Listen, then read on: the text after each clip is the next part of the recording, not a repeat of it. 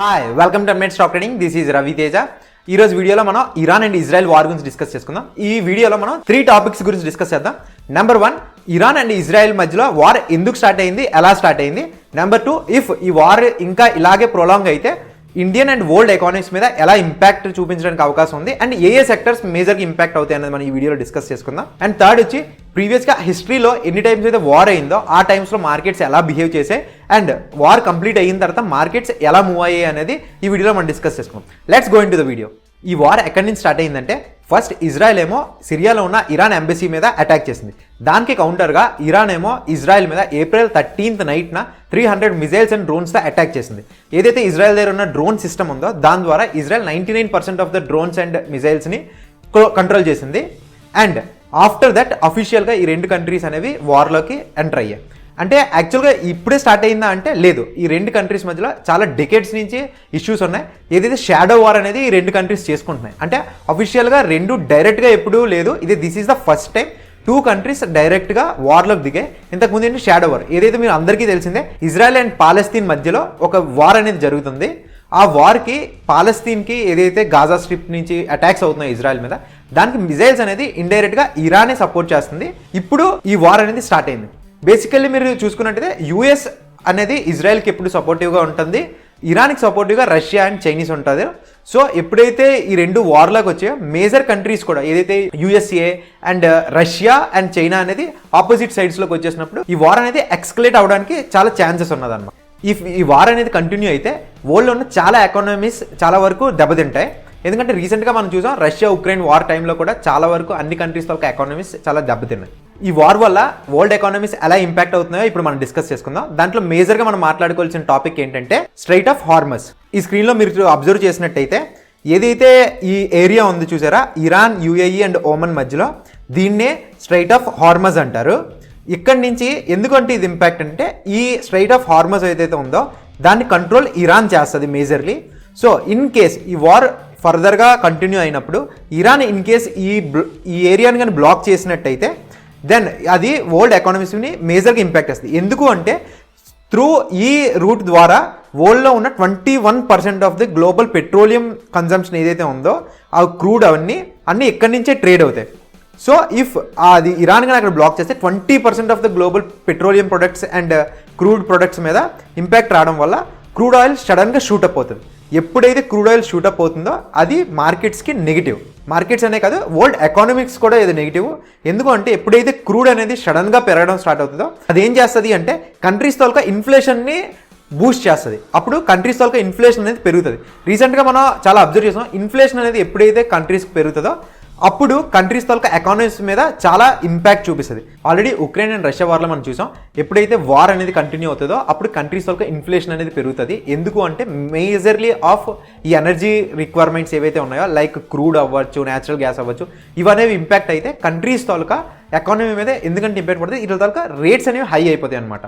So మేజర్గా ఏ countries అయితే వీటి మీద ఇంపోర్ట్స్ చేసుకుంటున్నాయో వాటిల్లోని కాస్ట్ అనేది పెరిగిపోవడం వల్ల అన్ని ఇన్ఫ్లేషన్ అవుతుంది. ఇన్ఫ్లేషన్ తాలూకా ఒక ఎగ్జాంపుల్ తీసుకుందాం. ఇప్పుడు 1 kg ఆఫ్ ఆనియన్స్ వచ్చి 10 రూపీస్ ఉందనుకోండి. ఎప్పుడైతే నెక్స్ట్ అంటే ఈరోజు నేను 10 రూపీస్ కొంటున్నాను, నెక్స్ట్ మంత్ అది దాని తాలూకా రేట్ అనేది 12 రూపీస్ అయింది అనుకోండి, 20% అనేది ఆనియన్ తాలూకా ఇన్ఫ్లేషన్ పెరిగినట్టు. ఇన్ఫ్లేషన్ అనేది మంత్ ఆన్ మంత్ క్యాలిక్యులేట్ చేస్తారు, ఇయర్ ఆన్ ఇయర్ క్యాలిక్యులేట్ చేస్తారు. సో ఓవరాల్గా అన్ని ఐటమ్స్ని క్యాలిక్యులేట్ చేసుకుంటూ చేసేది మనకి సిపిఐ డేటాస్ అనేసి వస్తాయి. అవి ఏదైతే మార్కెట్స్ మనం చూస్తున్నాం అది ఇన్ఫ్లేషన్ రేటు. ఫర్దర్గా మీకు ఇన్ఫ్లేషన్ మీద డీటెయిల్డ్గా వీడియో కావాలి అనుకుంటే నాకు కామెంట్ బాక్స్లో కామెంట్ చేయండి.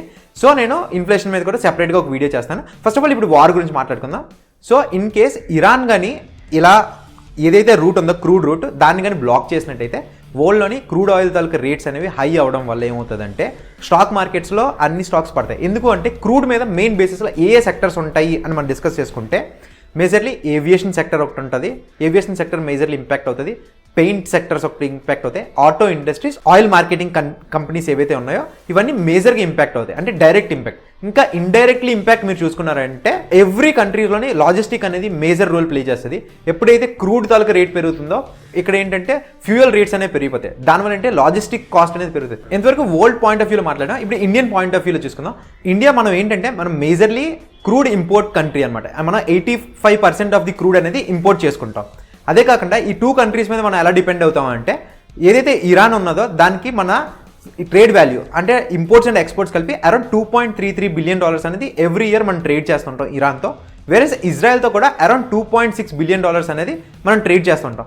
లైక్ ఎలాంటిదంటే మేము మేజర్ ఇంపోర్ట్స్ ఫ్రమ్ ఇజ్రాయెల్ ఏముంటుందంటే క్రూడ్ ఒకటి మనం ఆ ఇజ్రాయెల్ నుంచి ఇంపోర్ట్ చేసుకుంటాం. అలాగే మిలిటరీ రిక్వైర్మెంట్స్ ఏవైతే హార్డ్వేర్స్ ఉన్నాయో, చిప్స్ ఉన్నాయో, డ్రోన్, యాంటీ డ్రోన్ సిస్టమ్స్, ఇవన్నీ ఏంటంటే మనం ఇజ్రాయెల్ తలకు టెక్నాలజీ యూస్ చేసుకుంటాం. At the same time Israel తలకు ఎక్విప్మెంట్స్ కూడా మనం యూస్ చేసుకుంటాం. Last time Gaza strip and Israel మధ్యలో ఏదైతే వార్ అయిందో ఆ టైంలో ఇండియన్ ఇంపోర్ట్స్ మీద మాత్రం ఏ విధంగా ఇంపాక్ట్ చూపించలేదు. కానీ ఇప్పుడు కూడా అలాగే జరుగుతుందా అనేది క్వశ్చన్ మార్క్. ఎందుకంటే ఫర్దర్గా ఈ వార్ అనేది ఎంతవరకు డెవలప్ అవుతుంది అనేది మనం ఇంకా చెప్పలేం.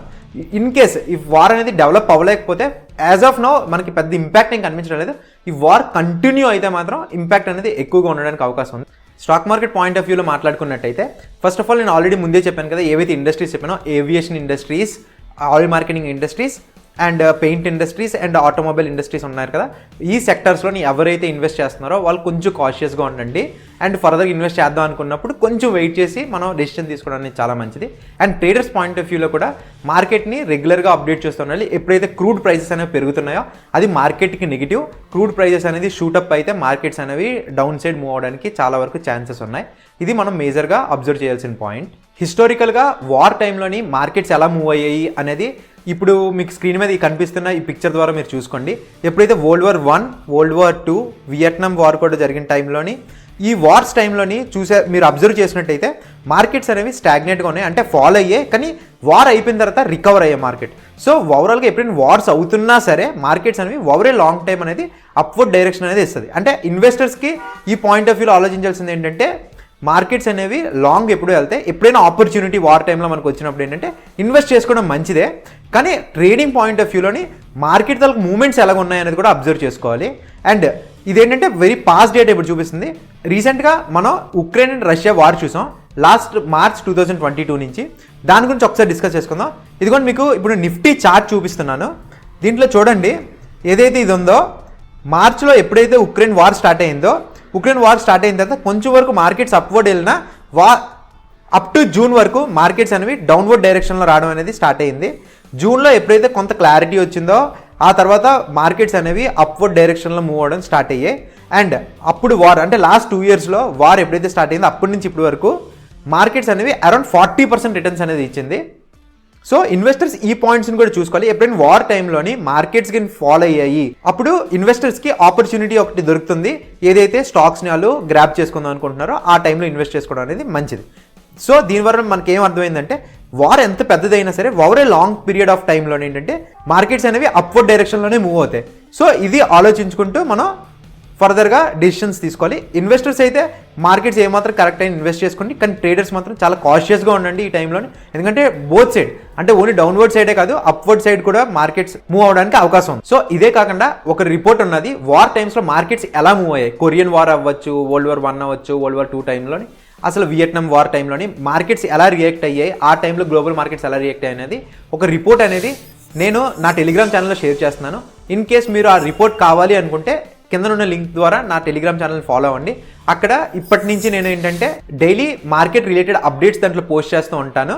దాన్ని ఛానల్ని ఫాలో అవుతూ మీరు అప్డేట్స్ని ఫాలో అవ్వండి. మీకు ఈ వీడియో నచ్చినట్టయితే మా వీడియోకి లైక్ చేయండి అండ్ మీ ఫ్రెండ్స్తో షేర్ చేయండి.